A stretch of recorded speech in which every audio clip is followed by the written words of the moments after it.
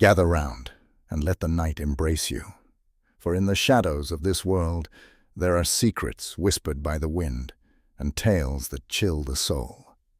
Tonight, I shall lead you into the unknown, where darkness has a voice and the past refuses to be forgotten. But beware, what you hear may linger long after the story ends, haunting your thoughts and creeping into your dreams.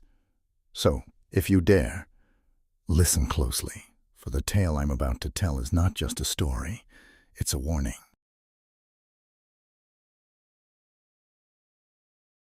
It was a rainy, dull afternoon, the kind that made time crawl. Emily, Jake, and Sarah, three restless friends, sat in Jake's living room, looking for a way to escape their boredom. The rain drummed relentlessly against the windows, and the idea of spending the day doing nothing was unbearable. That's when Jake, always the one for a thrill, brought up the Charlie game. You guys heard of it? Jake asked with a grin. Emily and Sarah shook their heads. Jake explained it was a game meant to communicate with a spirit named Charlie.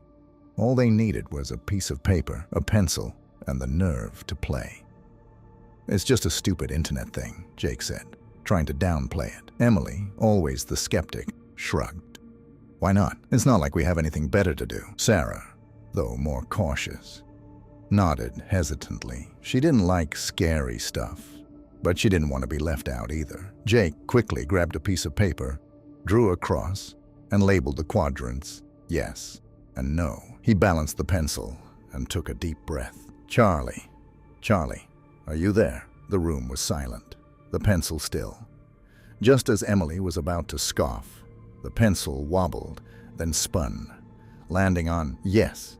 Sarah gasped, and even Jake's confidence wavered. Emily's smirk faded. That was weird, Emily muttered. Probably just a draft. Jake, his bravado slipping, said, let's ask something else. Charlie, are you a friendly spirit? The pencil moved faster this time, landing decisively on no. The air in the room seemed to thicken. Emily glanced around, feeling a chill. Sarah hugged herself, fear creeping in. Maybe we should stop, Sarah suggested, her voice trembling. Jake forced a laugh. Come on, it's just a game. One more question. Reluctantly, they agreed. Jake asked, Charlie, will something bad happen to us tonight? The pencil spun violently, landing on yes. The atmosphere in the room shifted. The playful mood was gone, replaced by dread. Emily's heart pounded. Jake's grin disappeared. Sarah's face drained of color. This is stupid, Emily said, trying to sound tough. Let's just quit. But before they could move, the pencil spun again, landing on yes once more. A cold draft swept through the room, raising the hair on their necks. Jake, now genuinely scared, asked, Charlie, can we leave the game? The pencil didn't move. The room seemed darker, the shadows deeper. Charlie, can we leave the game? Jake repeated, panic edging his voice. Still, the pencil remained still. The tension was unbearable. Sarah whimpered, and Emily's mind raced for an explanation. Suddenly, the lights flickered out, plunging the room into darkness. A low, sinister laugh echoed around them, sending shivers down their spines. Panic gripped them. Emily fumbled for her phone, turning on the flashlight with shaking hands. The beam of light revealed their terrified faces, but the paper and pencil had vanished.